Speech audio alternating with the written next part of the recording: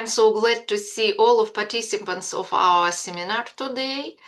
Today is our last meeting this year, and I hope we will continue soon in January, and after that we will find new topics, new agenda, and we will continue our international philosophical online seminar post-scriptum.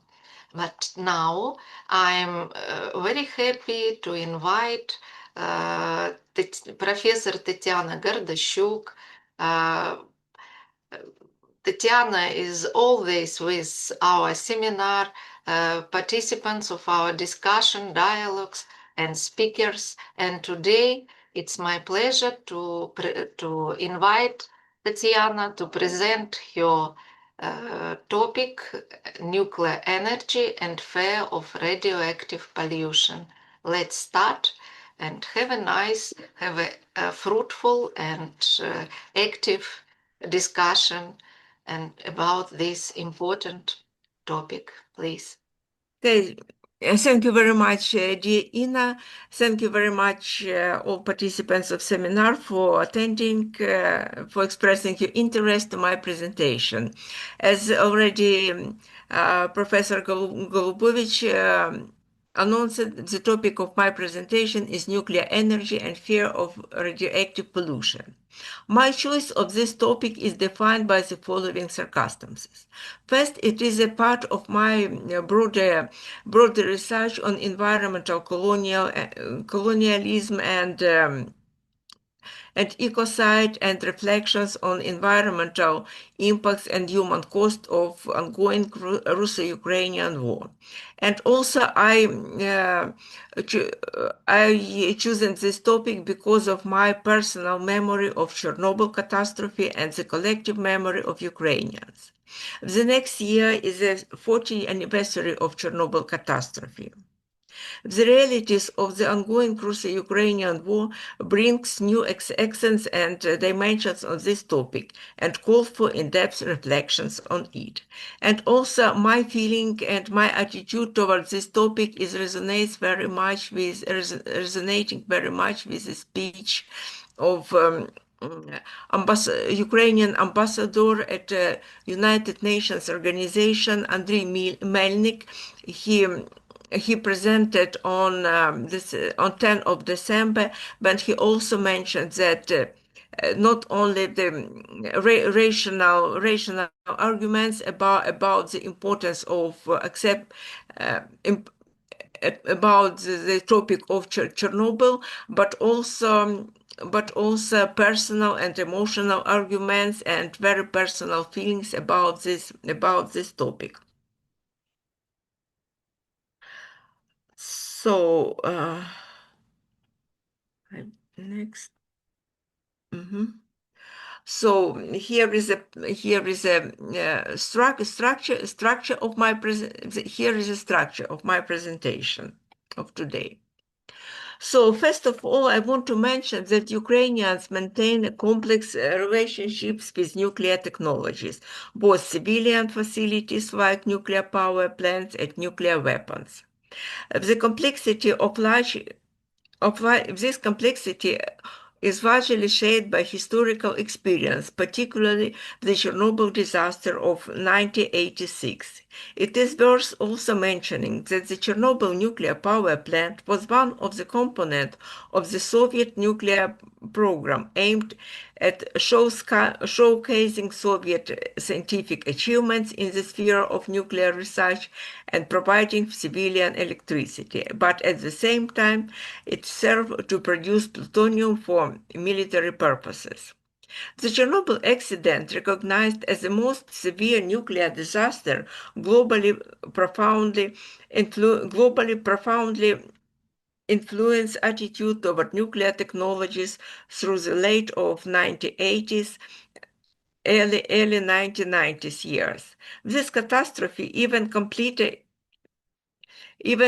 compelled humanity. This catastrophic event compelled humanity to reevaluate fundamental concepts, including the value of life, technological optimism, and the boundaries of technological advances.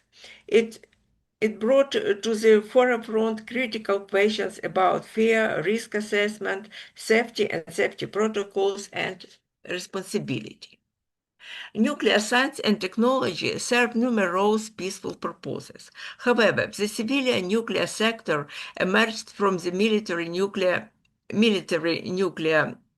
research in 1940s, 1950s, with both sectors sharing fundamental scientific and technological basis. In the public consciousness, the attitude to both varied from their identification to opposition. That is, peaceful atom is equal to military use of it, and so-called peaceful atom is opposite to military use. Chernobyl accident formal a prerequisite for modern catastrophic thinking. Nuclear power plants are included in the list of examples of human activity and industrial activity that potentially may count as ecocide. And the Chernobyl accident is in the list of specific examples of ecocide. And indeed, consequences of Chernobyl accident corresponds with internationally accepted criteria of ecocide. Then the Chernobyl disaster demonstrated that civilian nuclear facilities represent not merely theoretical danger born from eschatological eco-fatalism, but rather constitute concrete risk within what Ulrich Beck termed the risk society. The post-Chernobyl period was a period of new safety culture, period of development of new safety culture. And this is a concept emphasizing that the safety of the facility is the top priority for all operations. The new safety culture requires a new order, since disorder means things out of place, according to the concept of Mary Douglas presented in her book Purity and Danger, the analysis of contamination, pollution, and taboo, published in 1966. Nuclear pollution or radioactive dirt can be interpreted as radiation radioactivity matter out of place. Therefore, the new safety culture presumes keeping it in the right place and not allowing to leak the radiation into the environment and not using nuclear weapons. An order always implies restriction. The existing system of global nuclear safety or order is based on the restriction known as nuclear taboo. We know that taboo is a normative belief about the behavior. A nuclear taboo includes non-use, non-proliferation, non-interference in operation of dangerous objects, and nuclear terrorism prevention. For Ukrainians, the year after the catastrophe necessitated both addressing the disaster immediate aftermath and developing comprehensive strategies for the territory recovery, nuclear threat prevention, and enhanced safety protocol.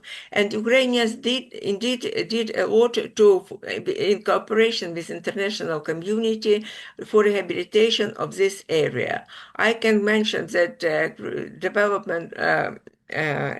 construction of new confinement on that covered damaged Union 4 at Chernobyl nuclear power plant, designation of radiation biosphere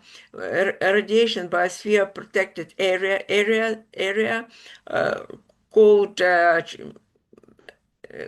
called as Chernobyl radiation protected area as an area for research and monitoring of nature. And I was part of the project on which was dedicated to creation of this area and supported by the Dutch embassy in 2004. And also this Pripyat was presented to Ukrainian and global community as a area as a place of memory. And we remember that after these measures, the disaster and tourism flourishing and developed very successfully till 2022. Since the time of uh, since the time of restoration of state independence, uh, Ukrainians has declared the values of striving for peace and looking forward to peaceful, democratic, and sustainable future. Ukrainians gave up the nuclear potential inherited from USSR under the Budapest Memorandum in 1994. It presumes security assurance for the country from United States, United Kingdom, and Russia, as well as some weaker guarantees from France and China. However, the year 2014 saw Russia brutally violating its security obligations by annexing Crimea and occupying parts of Donetsk and Lugansk region. The full-scale aggression of in February 2022 was in a way a foreseeable culmination of Russia's policies, and these developments led to dramatic changes in attitude towards nuclear technologies among public and politicians in Ukraine. While the international community is reacting very cautiously to Russia's nuclear blackmail, the idea of restoring nuclear weapons in Ukraine is circulating in Ukrainian society. According to the data from Kyiv International Institute of Sociology conducted in 2024, 73% of Ukrainians favor restoring nuclear weapons, don't support 20%, and other 7% are undecided. There also been a change in attitude towards nuclear energy sector. Under the conditions of Russia's attacks on Ukrainian energy infrastructure, nuclear power plants are taking over the role of the main supplier of electricity. And the Ukrainian government has been developing ambitious plans to construct new nuclear units. At the same time, the civilian nuclear objects in Ukraine remain under the constant threat from Russia's attack, as it happened many times since full-scale invasion. The psychological impacts of Chernobyl continue to resonate Ukrainian society, manifesting as heightened sensitivity to nuclear risk. Moreover, the Russian attacks on civilian nuclear objects, occupation Chernobyl nuclear power plant in February-March 2022, and the occupation of and intervention in the operating of Zaporizhzhia nuclear power plant mean for Ukraine the potential for a repeating of the disaster, which they have spent 3 decades and considerable resources trying to prevent. And here you see the slides of occupation of attacks and occupation of Zaporizhzhia nuclear power plant at the beginning of full-scale aggression in Ukraine in 2022, and on the night, as you remember, on the night of 14 February, Russians also attacks of fourth compartment of the force at the Chernobyl nuclear plants that covered the force unit. Today, Ukrainian society grapes with oops, sorry. Okay. Grapes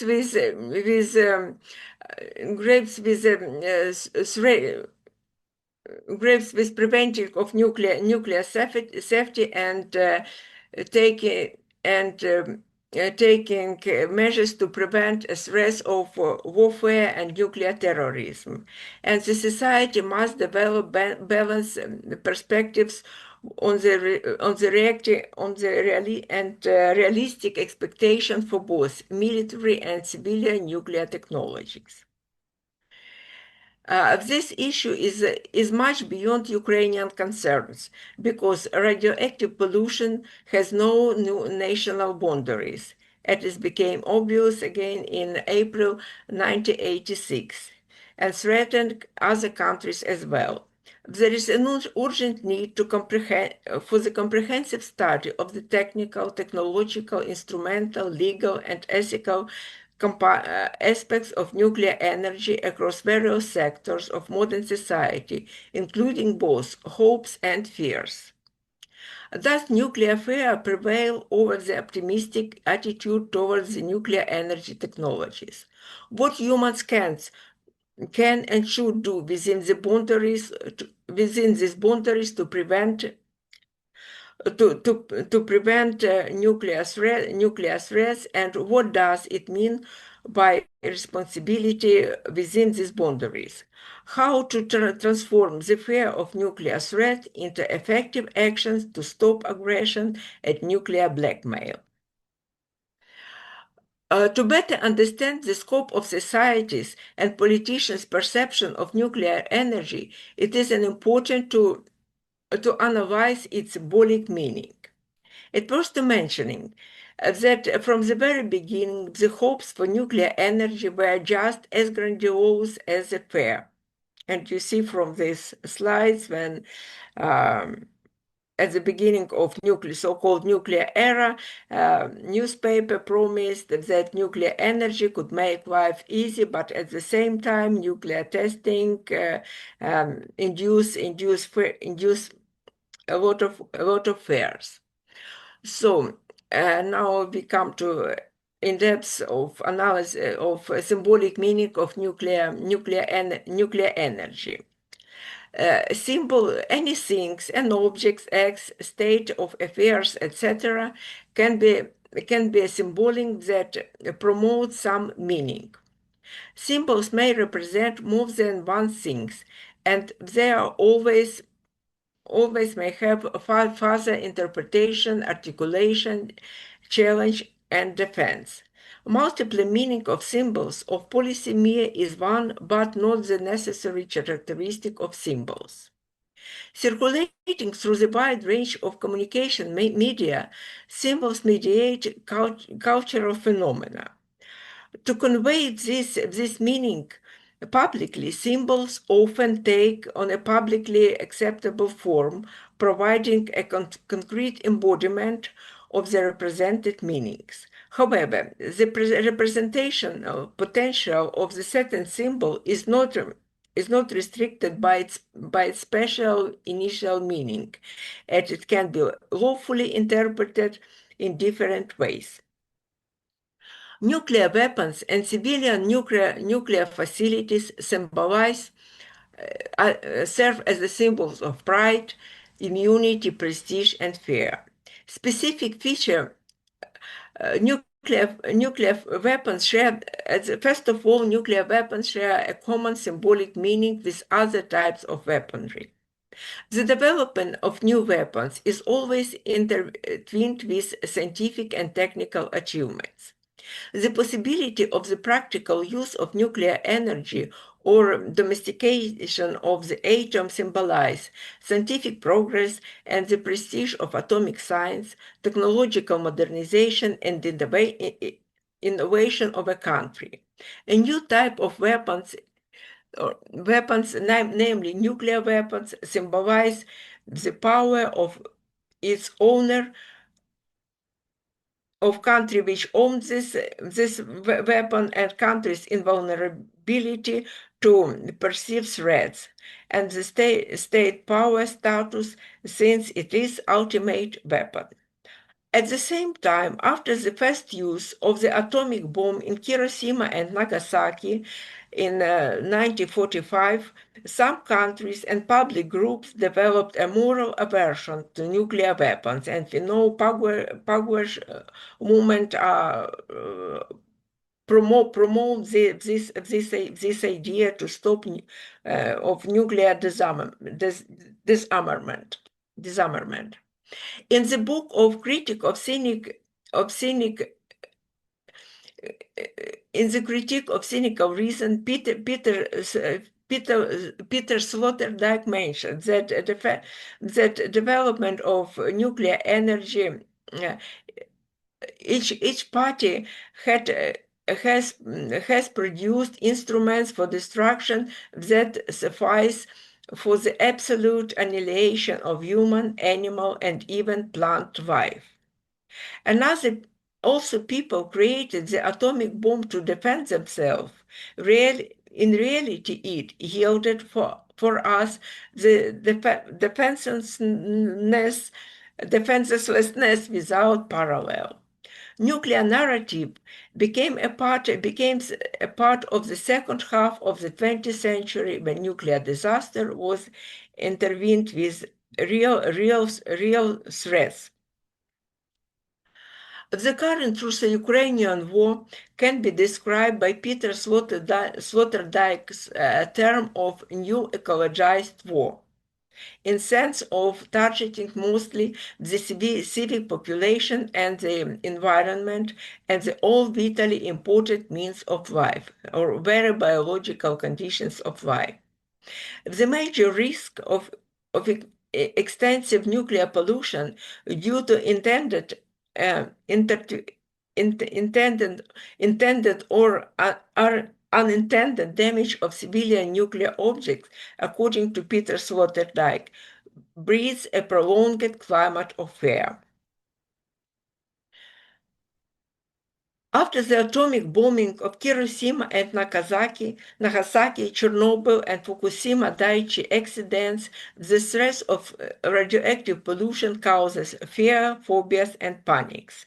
Like nuclear weapons is not just another kind of weapon. Civilian nuclear facilities are not just another kind of facility or industrial objects, and radioactive pollution is not just another kind of pollution. The derivation of nuclear technologies, both nuclear weapons and civilian nuclear facilities, induce fear of radioactive contamination different from other kinds of fears. It is well known that radiation has many negative effects on living organisms, and radioactive pollution is one of the major concerns worldwide. The general public has a particular and specific emotional attitude towards nuclear radiation. It is invisible, odorless, and tasteless. And people, according to Mary Douglas, are more fearful of invisible things. Partly, people's attitude toward nuclear dirt is comparable to the fear of bacterial transmissions of disease, which is analyzed by Mary Douglas. Governments, politicians, scientific or experts' communication, media, rumors, and conspiracy theories influence them, reshaping the attitude towards radioactive contamination through neglect or fear. So when things are invisible, we can either neglect them or fear. And this public attitude depends very much on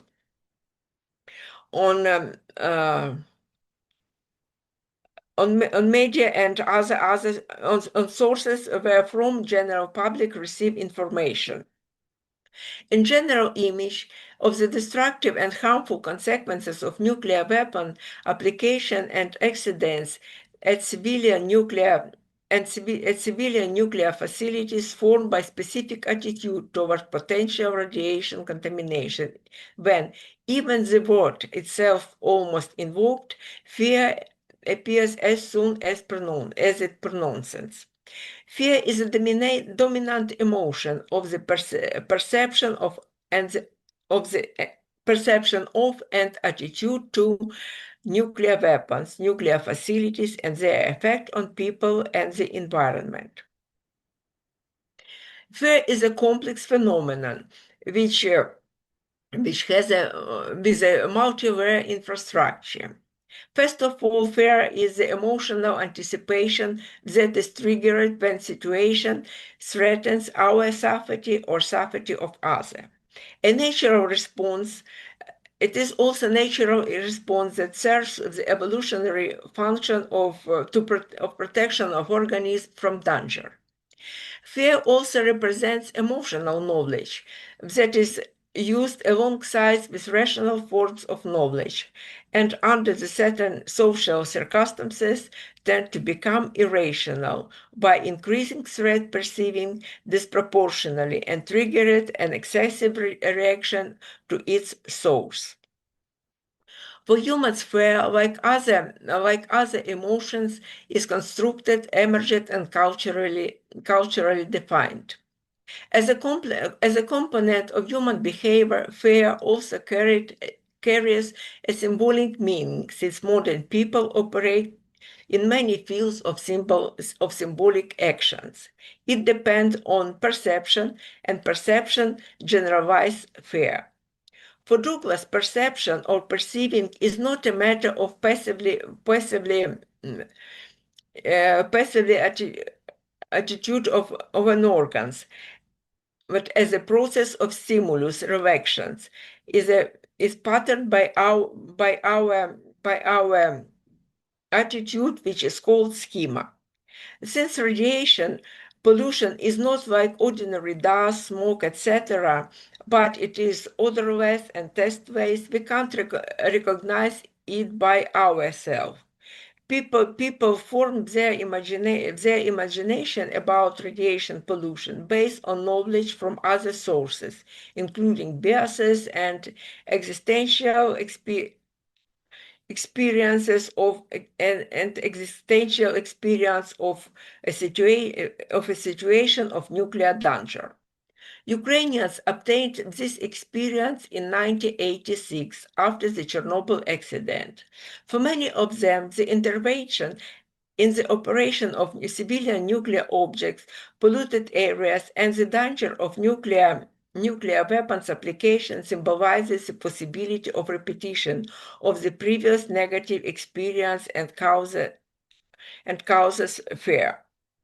Instead, Russian invaders who occupied the Chernobyl exclusive zone in February 2022 seemed to have no fear of radiation because they have had no personal or learned experience with it.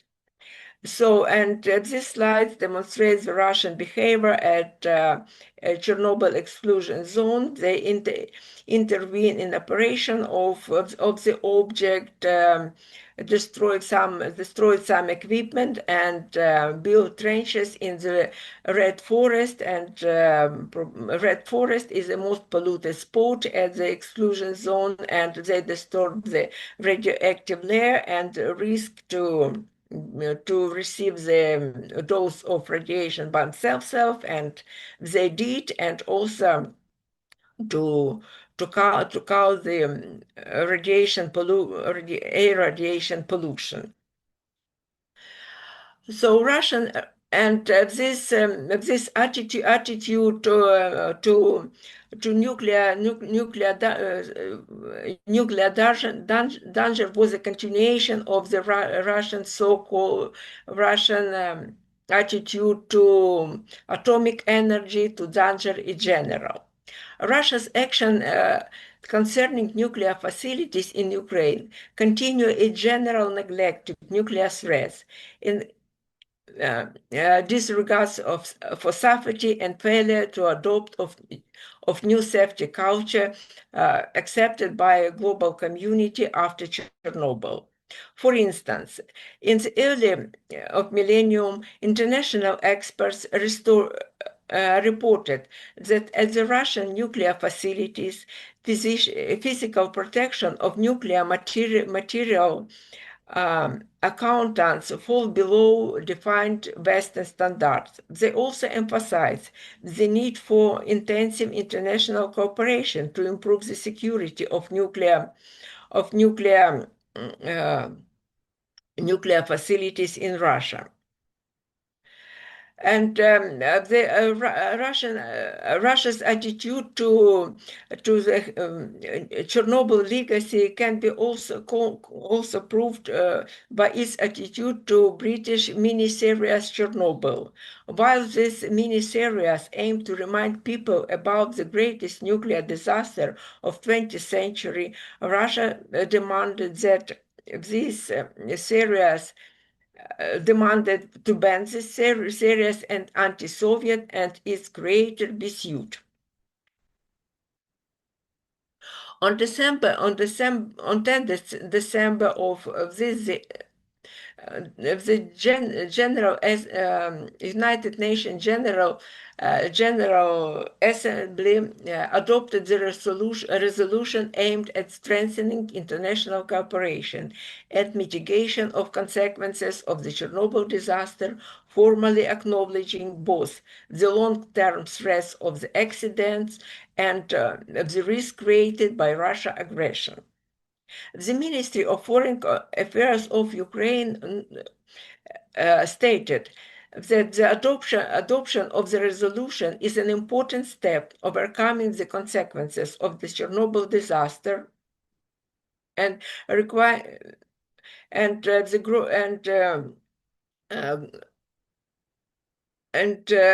to growing threats of global nuclear safety caused by the irresponsible actions of the aggressor state and making significant contribution to restoring historical truth and justice. It is also remarkable that Russia, Belarus, which formerly also became which territories also suffered from part of territories suffered from Chernobyl accident didn't voted against the resolution. So, as one again proves the Russians' attitude toward new safety culture, toward nuclear energy, and toward human life and life in general. And for me, and I can't resist to demonstrate you these slides, because for me it's uh, very informative one. This in this slide you see the um, footage from Soviet documentary called "Building the Atomic City," dedicated to construction of Kola Peninsula atomic nuclear power plant, and at the wall of this facility, I noticed when I watched this film, I noticed the graffiti is one of the footage. Um, well, atom, just you wait. And this is a reference to well-known Soviet cartoon about smart hare and stupid wolf, which are all fighting between each other, and um, wolf always lost. So indirectly, for me, this also demonstration of some irresponsible attitude people toward people in the Soviet Union toward nuclear energy. Not people, but power and propaganda and Soviet ideology itself. So nuclear weapon and reaction have a great symbolic meaning and power. One of the features of this symbolic power is ability to induce fear. As a social construction, fear can be used as an instrument to influence another and to cause fear. Some states seek nuclear weapons because they develop a sense of fear in others. Russia's nuclear strategy has emphasized the presence and importance of nuclear weapons through repeated nuclear suboperating because of the fear induction.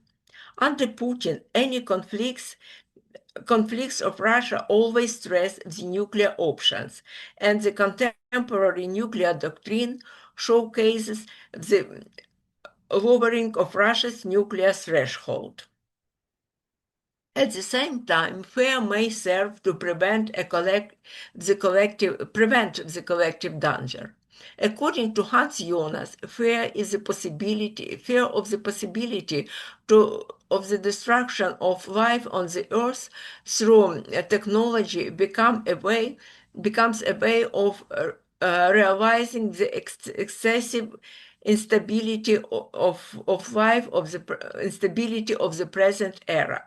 Technological expansion, including nuclear weapons and nuclear facilities, as a derivative of technologies, makes the world fragile and vulnerable. And Hans Jonas claims to give the prevalence of the bad over the good prognosis, and states that the moral philosophy must consult with fear prior to our wishes what we really cherish.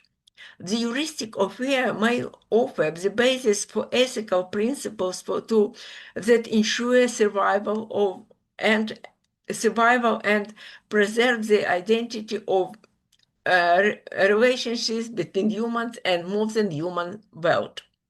From this follows the question of whether the heuristic of fear can be a basis of the new order or it has its limitation. From the beginning of full-scale aggression, Russia repeatedly threatened the use nuclear weapons and to blow up the Zaporizhzhia nuclear power plants as a response to Ukrainian resistance and Western weapons aid. Fortunately, nuclear weapons haven't been used yet, and Zaporizhzhia nuclear power plant is still balanced on the edge of danger. We can cautiously assume that fear is also implicitly inherent in Russian. However, Russian doesn't accept and declare it as an ethical principle, but rather, and probably it is covered by its nuclear rhetoric. Russia has been violating ethical principles and legal rules of nuclear safety and blackmail and use the blackmail tactics and abusing the fear of radioactive pollution. Usually, sanctions are imposed to those who violate taboos. However, in the current Russia-Ukrainian war, there is a lack of effective measures or sanctions to counter those who violate of world order and nuclear safety. In contrast to the understanding of fear as a means of threat prevention, Russia abused nuclear fear. Such tactics of terror and intimidation are extremely dangerous and open the Pandora's box where any nuclear states can extort any concessions from the international community with impunity. The reality of the nuclear threats from Russia can neither be ignored nor exaggerated. sorry, ex- extenderate. I'm sorry. On the way, the only way to prevent nuclear threats globally is to stop Russian aggression and as soon as possible, and to disarm and denuclearize it. So this is this is the end of my presentation.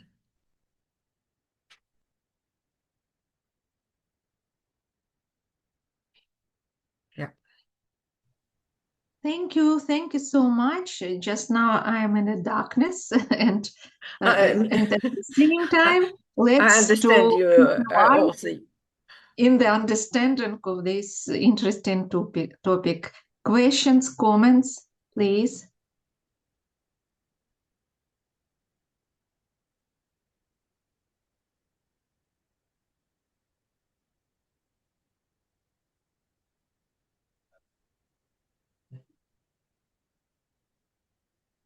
Mhm. And the please, and Hi, Christoph, everyone, please. and hi, Tatiana. Thank you so much for your fantastic presentation. Um, so you consider in your presentation nuclear weapons and nuclear power plants together. And I think I agree with this, and I think is the right move conceptually. But oftentimes, especially in public discourse lately, the two have been separated. And there has been actually a drive in Western Europe to recommission old nuclear plants, like in Germany, for example, and in other countries, or to build new ones. Yeah. In a drive to like security, energetic security, and detachment from Russia energetically. Mhm. What do you think about this public discourse, and how do you think we can sort of Yeah. Yeah, I got your something wrong with connection. So do you hear me? Yes, yes. Yeah. So I got your question, and thank you very much. Yes, it is. We after the period of rejection from nuclear and energy as a dangerous, and this movement against nuclear energy was especially remarkable after Chernobyl accident and Fukushima accident. Now we see rehabilitation of nuclear energy, and there are also voices in favor of recognition nuclear energy or atomic energy as a green energy, and this is a very controversial question, very controversial statement, and it need to be more discussed, because there are, on the other hand, for instance, such a prominent figure of 20 of our time, let's say, like James Lovelock, also was in favor of rehabilitation of nuclear energy, and he called nuclear energy as the only options for humankind, which is able to prevent climate change. But there are many voices against that provide arguments against the nuclear energy is a green energy. And always we can discuss this question, of course, if this question needs to solve the in-depth analysis of plus and minus of nuclear energy, but first of all, we have to think about safety and about the danger of nuclear terrorism, because in the since 2022, it was very fast case in in history of energy that of case of attacks on operating nuclear objects and direct intervention in operation of nuclear objects like we had in Chernobyl and Zaporizhzhia nuclear power plants. Yes, before there were attacks on some. Before and later, for instance, recent attack of United States on Iranian nuclear objects took place, but it was this object were under the construction, and this if this didn't result in nuclear pollution, but intervention in operation of operating nuclear power plants is a very fast case in the history. And so from the Russian side, there is a complete neglection of the International Convention of about the prevention of nuclear terrorism. And it's more the paradox is that Russia operates as a state terrorist. And I call it double terrorism because a nuclear state not only blackmail global community by nuclear weapon, but also it weaponizes civilian nuclear facilities. So the recognition of and rehabilitation atomic energy is it's a political in many cases it's political decision, and from environmental points of view and safety points of view it need more discussion, and it can be recognized as a safe source of energy still until we have danger of nuclear terror intervention and terrorism and so on. Okay, thank you. I disconnected for a bit, but I heard most of your answer. Thank you. Mm-hmm. Thank you. Professor Christoph Lohmer, the question. Yes, thank you. Thank you very much for your interesting talk, Tatiana. And so I would like to speak about the moral conclusions you brought up at the end of your talk, and that was about let's say, the philosophy of Hans Jonas. And so you said, for instance, in presenting what Jonas said, that we have to gave a much bigger weight to the negative prognoses and instead of to the positive ones, and that we should have a heuristic fear of all these things. And I'm not sure whether that is the right politics, that it demonizes also atomic power and not only civilian, but also the potential it has. And I think in the end, a realistic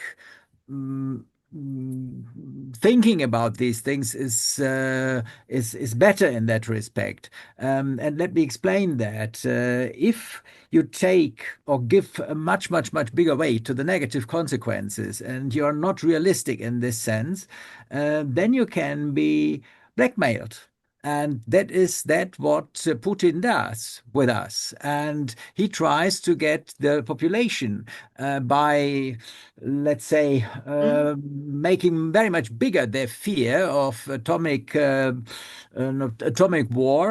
to get them into his hands and to give up their self-defense. So if we do that too much, so we can perhaps tease the Russians, and so people retract from a self-defensive position and so on. For instance, we have in Germany one philosopher who is called Olaf Müller, and he's defending this policy. He's a pacifist, and his most or his biggest fear is that there will be an atomic war. But we have even to be realistic about that. So an atomic war does not mean that the whole world is destructed in one moment.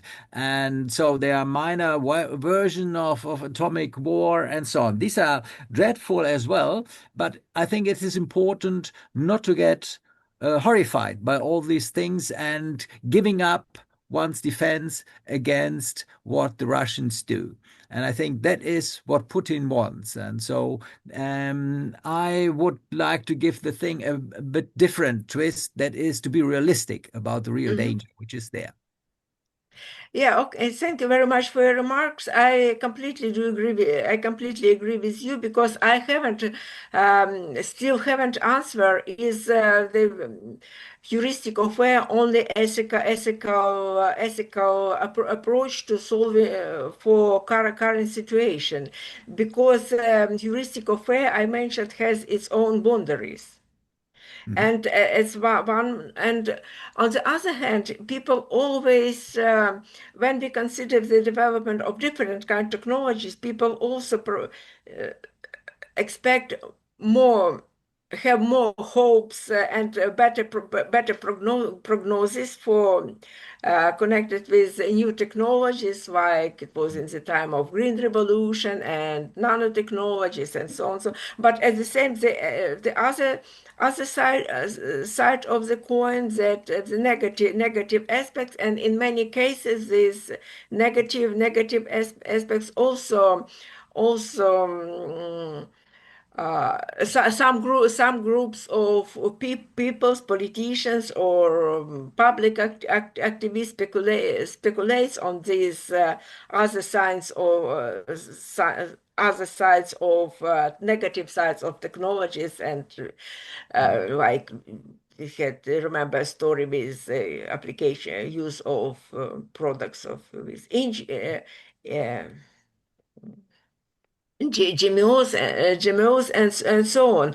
So I completely agree with you that we need to be realistic. And my conclusion, I mentioned that we shouldn't neglect the Russian nuclear blackmail, but at the same time we shouldn't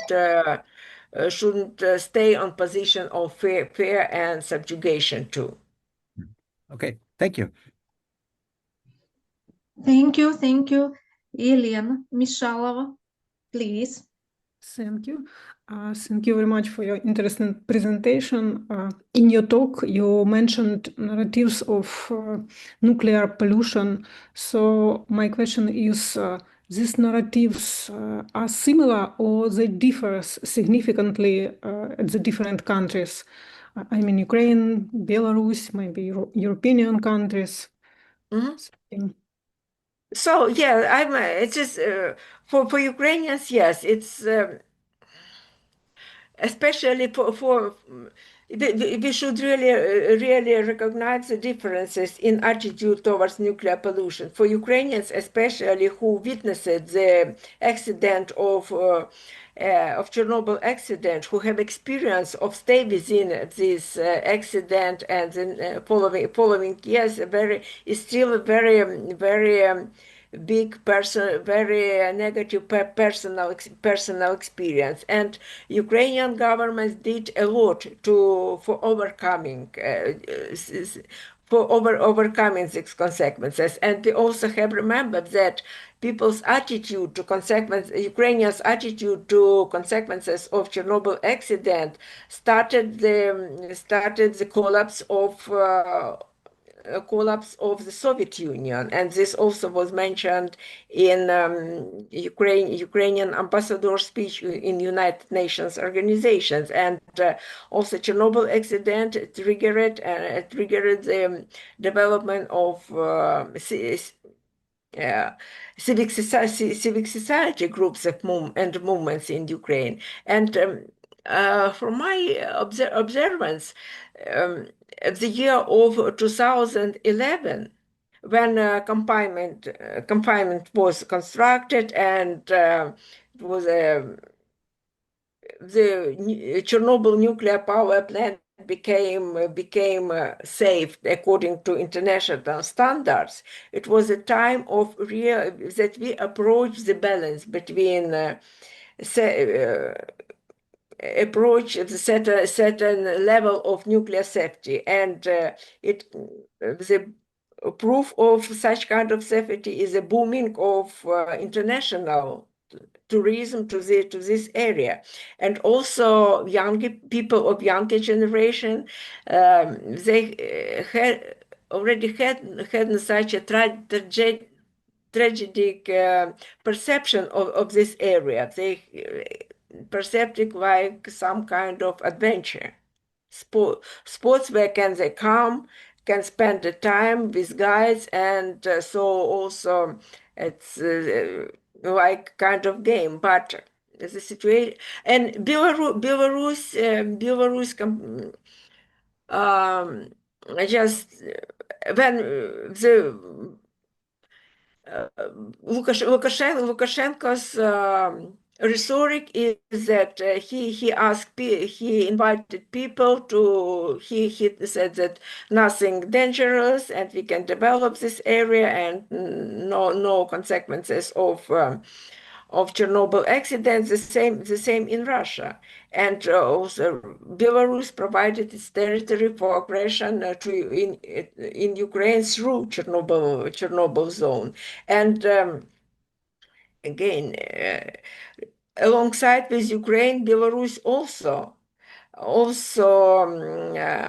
presented the declaration to United Nations in this month, and Ambassador Melnik provided very clear and very strong arguments against why Belarus have no moral right to pretend on certain position to within this situation. And about other countries, yes, and we remember the reaction on at least people again of the reaction of Western countries on Chernobyl accident, when they fixed first the rise of radiation and their territories. And it was a signal for Ukrainians that something wrong happened at the territory of Chernobyl accident. Because firstly, we learn is from Western voices. Then many people learn about that something wrong happened in Chernobyl nuclear power plant from rumors. And after that, there was official information from Soviet government, and my message was no panics, no radiophobia, no panics. And also we can look at perception of radiation in Japan after Fukushima, because also people have existential experience, and to the repetition they had both experience very strong memory about the Hiroshima and Nagasaki bombing, and about the Fukushima accident. So the experience are different because different existential experience and different source of knowledge and so on, so on. Thank you very much. Thank you. Professor Olga Gamilka, National Institute of Philosophy. Thank you very much for really very interesting and very important presentation for our days, especially for Ukrainians, because from the abstract reflections, philosophical reflections about threats of nuclear weapons, we are now experience it's a real fear almost every day. And my question is about realistic thinking, because to be in the state of this fear, it's not productive conditions of the society. And of course, realistic thinking, realistic approach is also, I share this position, is the key issue in this subject. And my question is, about concerning the Chernobyl, the consequences, the aftermath of Chernobyl catastrophe, because still, I don't know, maybe I'm not very good in terms of knowing these consequences, but I don't know if the predictions, what we had, what we feared so much, corresponds and have the same outcomes what we have in reality, I mean. That what was predicted, what would happen. It's the same, or the predictions, so horrible predictions of this catastrophe was over-exaggerated, more, dangerous and risky, or less, because I think that it could contribute into development of this realistic thinking, because we could know this is really so dangerous or no. And do you have such information proved, I mean, information about the consequences of Chernobyl catastrophe to compare with the predictions? Not because predictions. So at the beginning, when so the first about realistic attitude. Of course, fear is a to give a prevalence to fear only is not good position, because otherwise we became we can be very passive, and it means that we allow Russia to win, to abuse of these these fears. And by now Russia is more successful in abusing fears, and we can use fear of destruction of life and of destruction of life. About the consequences of Chernobyl accident, it is so we expected, of course. There are many research done on this topic, and about their impacts on human health and wild nature and different forms of wild nature, and so it is the consequences are really very very bad, I would say. Consequence. So we can. It is these questions. It has no direct answer. Is it overestimated or underestimated our prognosis? Prognosis, because it depends on when we consider this statistically, we may have one answer, and then they consider through the personal stories of people. The consequences are really very bad, very tragic, as for me. So, and despite of many that Chernobyl accident was one of the priority topic for many years, this topic is soon reflected properly in Ukrainian society and globally as well. Okay, thank you. Indeed, it's a very difficult question. Thank you so much. Henrik, one thing, please.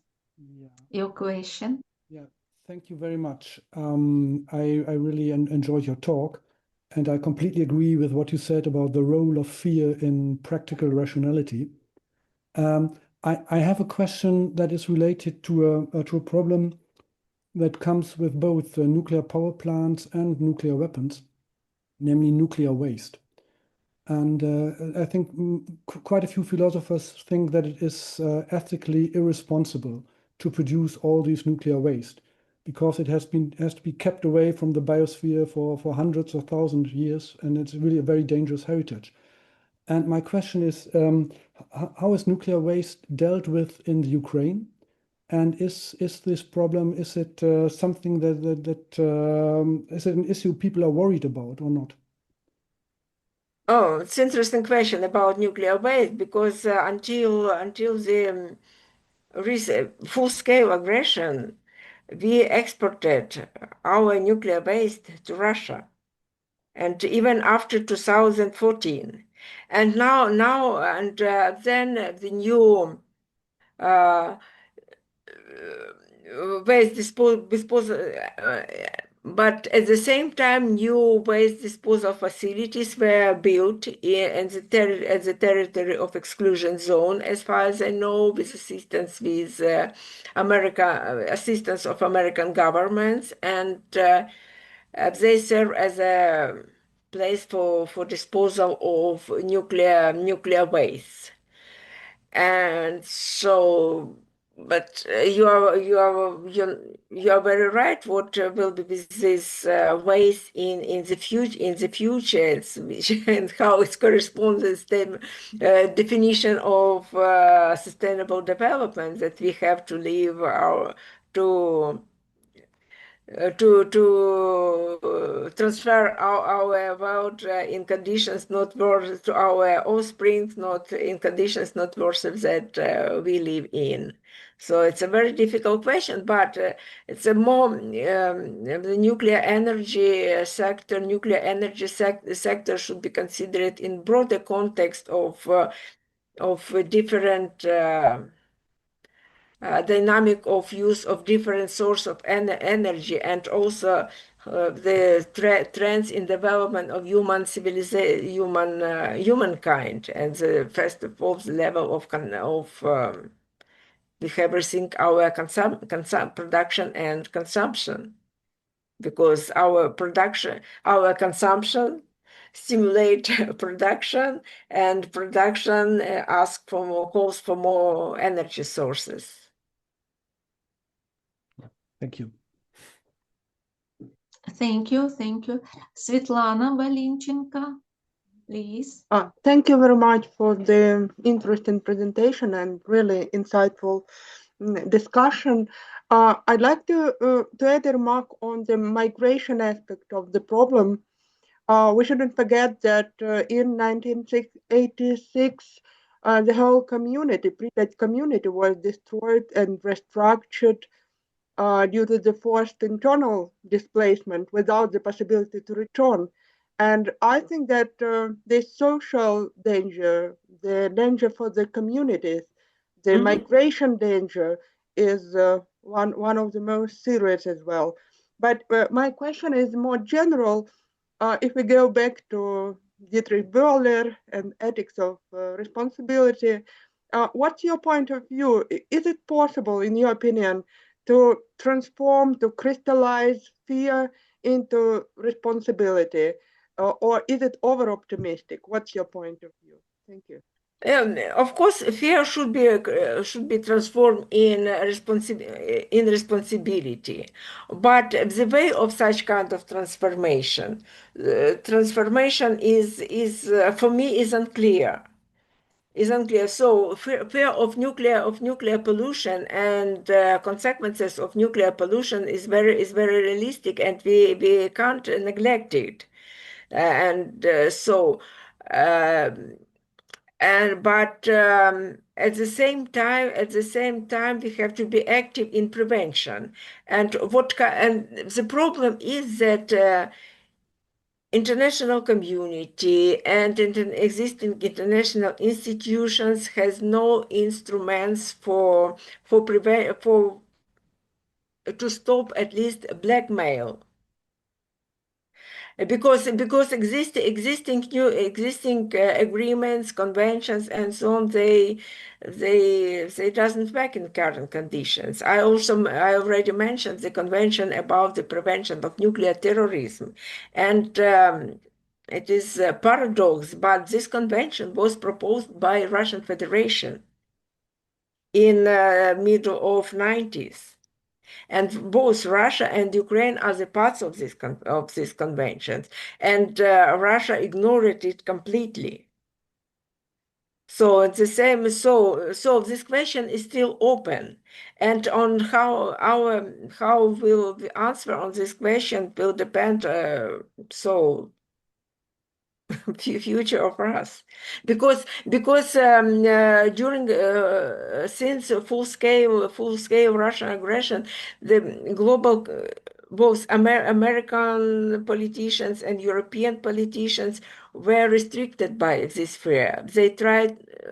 We remember this rhetoric to escape the escalation, not speed up escalation, and so on. And this is why they provide us with weaponry very slowly, in very small dose of weaponry, and maybe if politicians from democratic countries were more decisive, have more will in providing us with a weapon, we would have another situation at this moment. Thank you.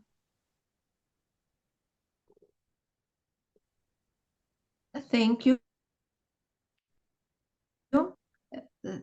Any questions, comments, We have desire to discuss?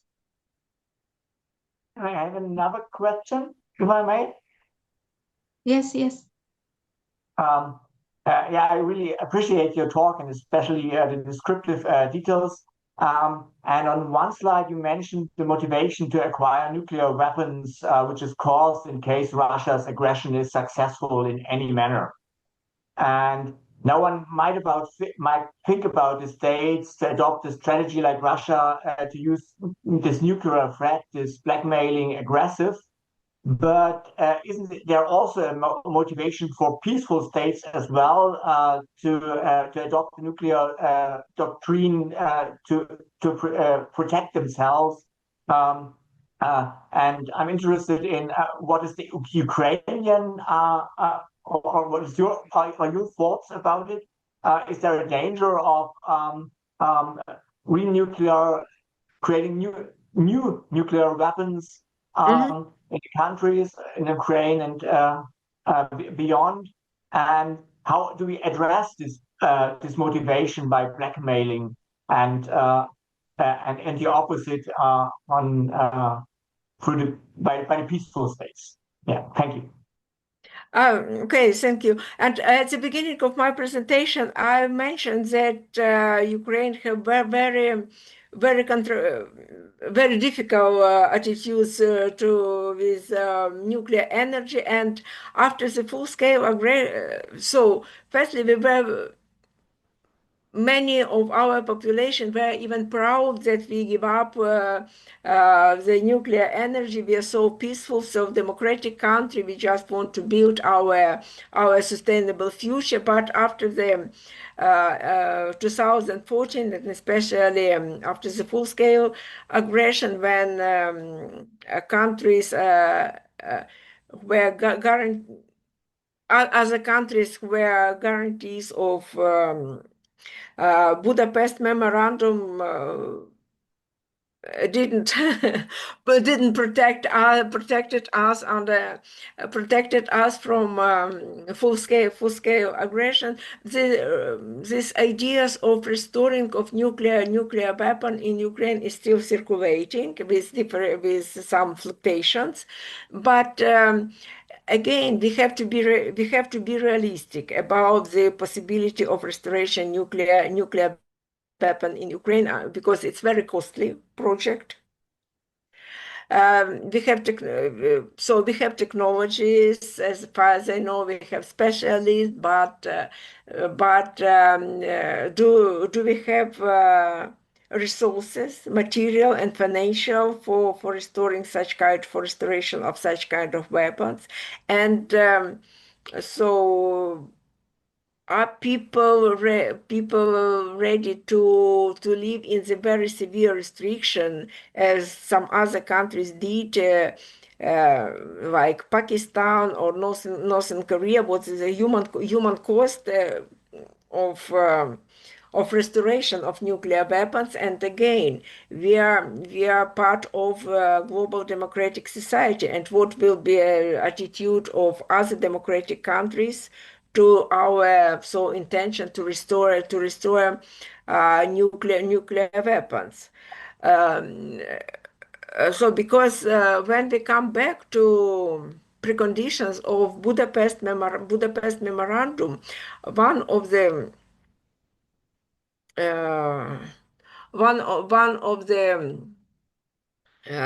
conditions was, so it was kind of exchange nuclear weapons for other kind of aid from democracy and recognition Ukraine as an independent country, and other kind of aid to Ukraine.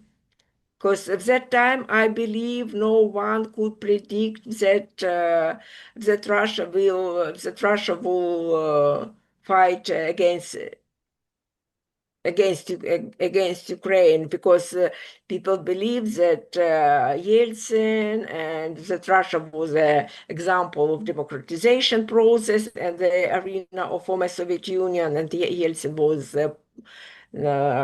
perceived as a democratic leader. But I have to mention very interesting fact I learned from the literature sources, that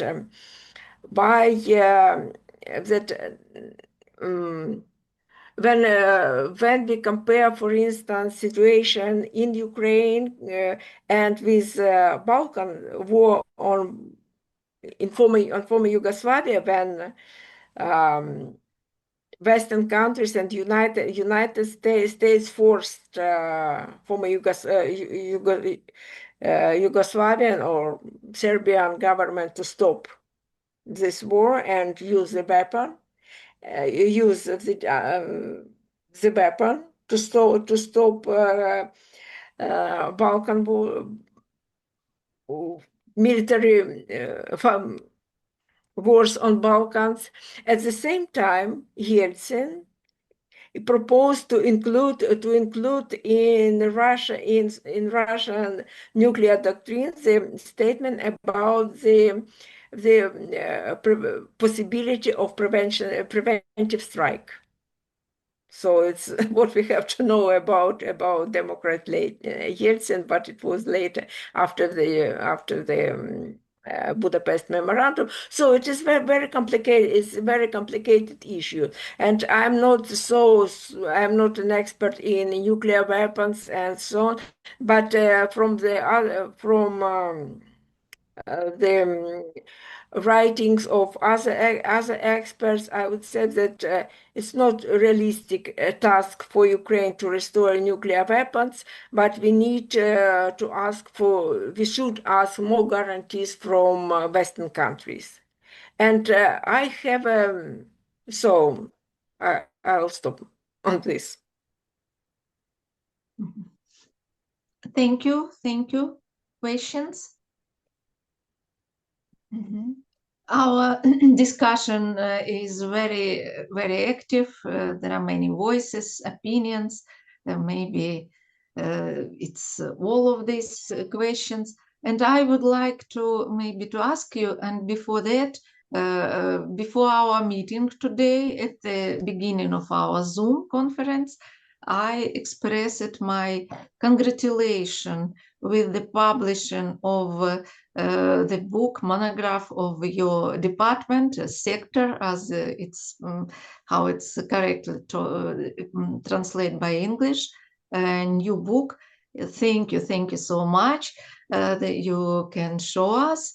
It's devoted. You can tell something about this, but I would like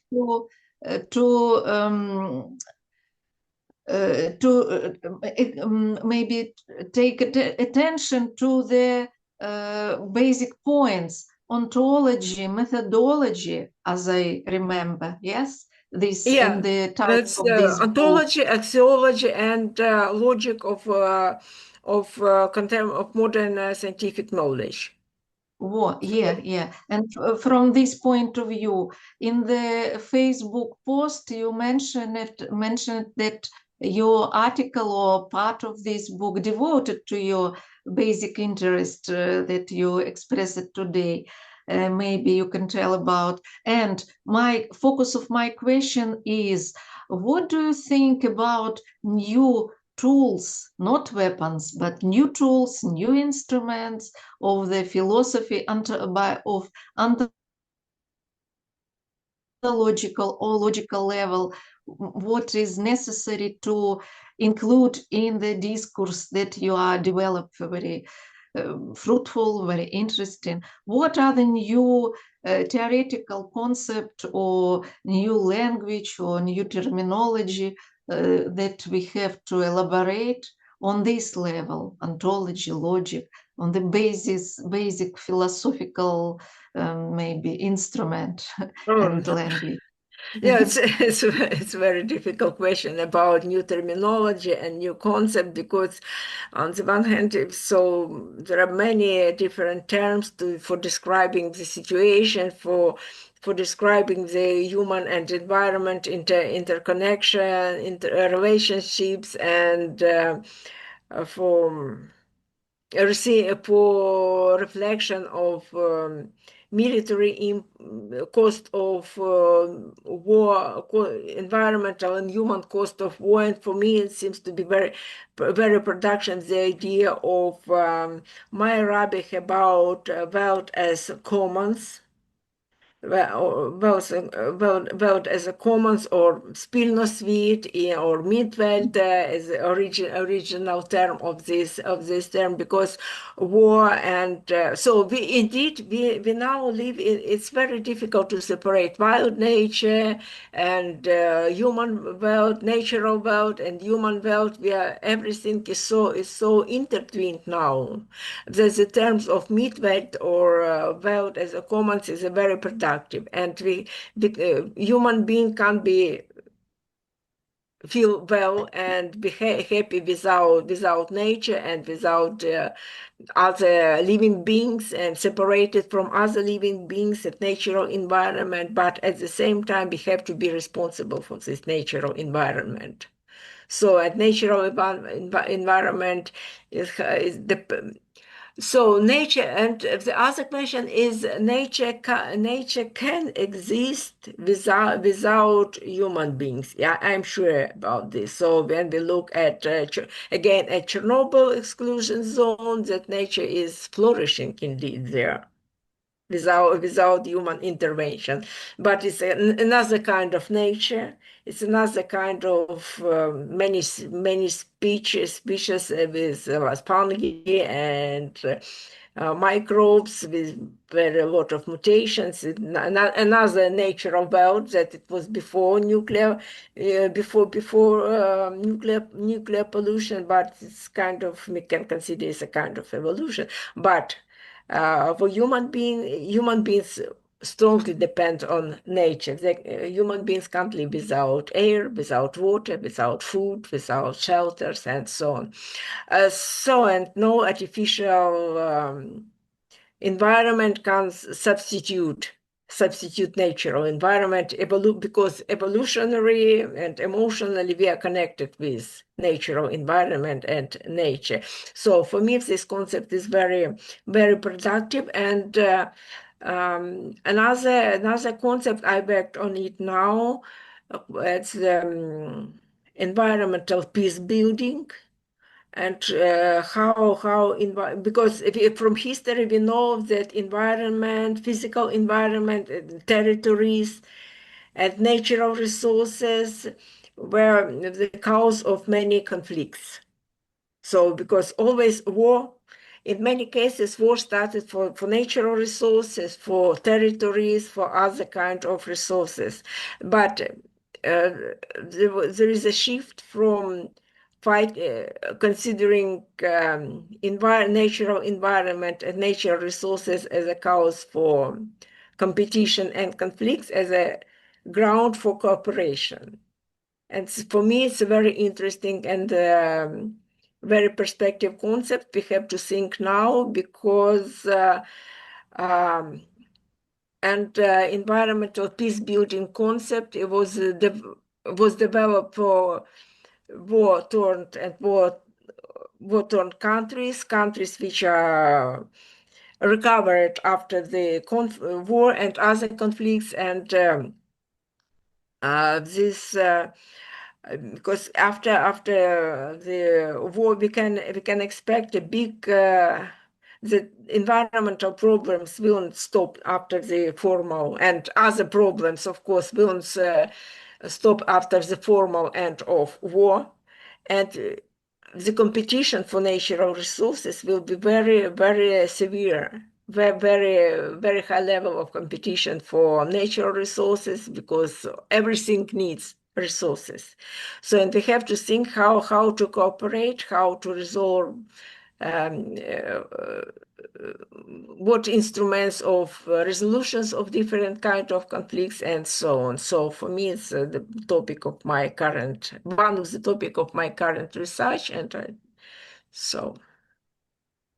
Thank you for this inspired horizon of this topic. And at the same time, let's come back to the presentation of this book. Show us this book, please, and we will maybe, as you told, that it's in open access, or we can read it. I Yes, think for me now it's because it's called essays. It's not a holistic monograph. It's called Essays on Logic, Ontology, and Axiology of Modern Scientific Knowledge, because the topic itself is very broad, and it's not possible within by the small group of scientists, as our author group presented is, and within a short time given for development of this project to discover this many aspects, because the topic for big group of scientists for many years. It's called essays. So that just outline the key some of critical topics of modern knowledge, and maybe in we can think about such kind of online discussion between us, and each co-author of this book will present his or her chapter, and we can organize such kind of round table and discussion about this book. So maybe some way. Yeah, and before you can get acquainted with content of this book in through electronic media, through internet, because it is present in electronic version is also available. Yeah, thank you. We can show to our international participants that Ukrainian philosophy is in the progress now, and maybe it's a time. It's not a time for some theories, but for the essay and some first vision of new reality. The time of the theories and concept will be later. Thank you. And a new question of Christoph Lumer, too, please. A simple question regarding the presentation of the book. Inna, could you please put it on in one of your mails you send to all of us, so that we have the access to that book? Yes. I can, but this book in Ukraine, if this book in Ukraine, it's in Ukrainian. Yes, maybe later there are instruments for overcoming that problem. But I can present you my previous to circulate my previous paper dedicated to Chernobyl. So unlearned lessons of Chernobyl accident. So it was just my previous step of this research. So this book is in Ukrainian. Unfortunately, we haven't still possibilities to publish in English. It's very costly and needs much more times for translation, writing text, editing, and so on.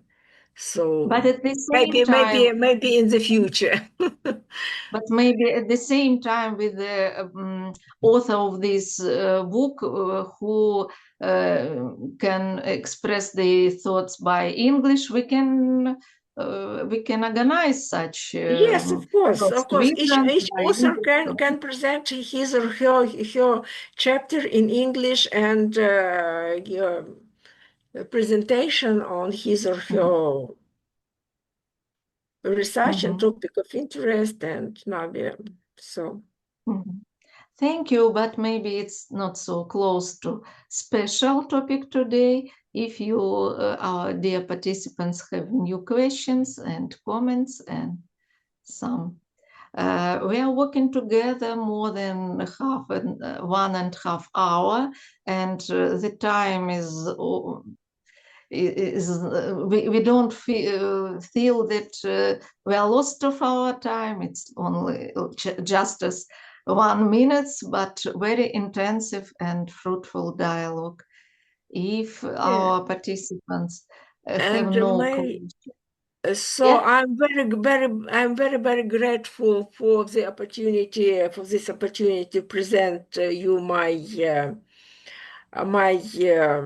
thoughts and to share with you my research and share with you my thoughts. And so because this topic is really it's not only important, but also very personally loaded because of existential and personal experience of Chernobyl accident. And I think I will continue this research, especially, and this research. I hope this topic will be on. Will have some priorities during the next year because of the 40th anniversary of commemoration of victims of Chernobyl accident. And so I'm very grateful to you for your questions and remarks, and they provide me a lot of food for thinking for the future, especially about the role of what does it mean, realistic attitude as an alternative to fair? Because we know what does it mean fair, and how, but what kind of realistic attitude should be, and workable realistic attitude. This is still a question, not only for me, but maybe for many other people as well. And this is a really crucial question. I'm very grateful for underlining, emphasizing this issue. And so I wish every one of you a very fruitful finishing of this year, and let's hope that next year will be more will bring us more optimistic prognosis, and finally we will have just peace. And peace is all we need now. Yes, it's our common desire, common dream, and maybe common plan to how to act, how to think, how to be how to have realistic thought. Thank you so much. We will finish our meeting today. Have a nice Christmas days. Have a nice holiday, and we will start in January. We have some plans, and we are waiting for your proposition, new topics, and new forms. For example, I would like to propose such, maybe it's a brief presentation, situational, this book. Maybe it will be necessary to present not only some individuals' speeches, but some publishing project. For example, it's my I very appreciated by some last volume of our partners journal Philosophy of Mind, Kriverik, yes, devoted to the Karl Popper. I suppose it's a brilliant issue. We have to present, to show this journal and many other project publishing and other we can to present here. We will think about. I think it's a very good idea to discuss a certain so publishing projects in broader audience, because despite of these materials of certain journals can be available through internet and so on, but the discussion of certain materials, joint discussion is very important for development of for moving forward. Yes, and we have a news. Please, Christoph, dear Christoph, can we tell about new maybe book? It's prepared now, and maybe at the beginning of the new year we can present this. Dear Christoph, excuse me, I don't see you. Yes, that would be a good idea. So for explaining it, it came out a collection of articles on the epistemological theory of argumentation translated into Ukraine. And this book appeared already, and so it's available. I have to put it on various websites so that you can really access to it. So really, it's translated from German or English. It's your cooperation with the Professor Sergei Sekundant, yeah? Yes. Yes, and I suppose it will be great present for gift for philosophers of Ukraine. It will be later, but not not so late. Thank you so much. Have a nice evening. Be safe and be happy. And we dream about peace.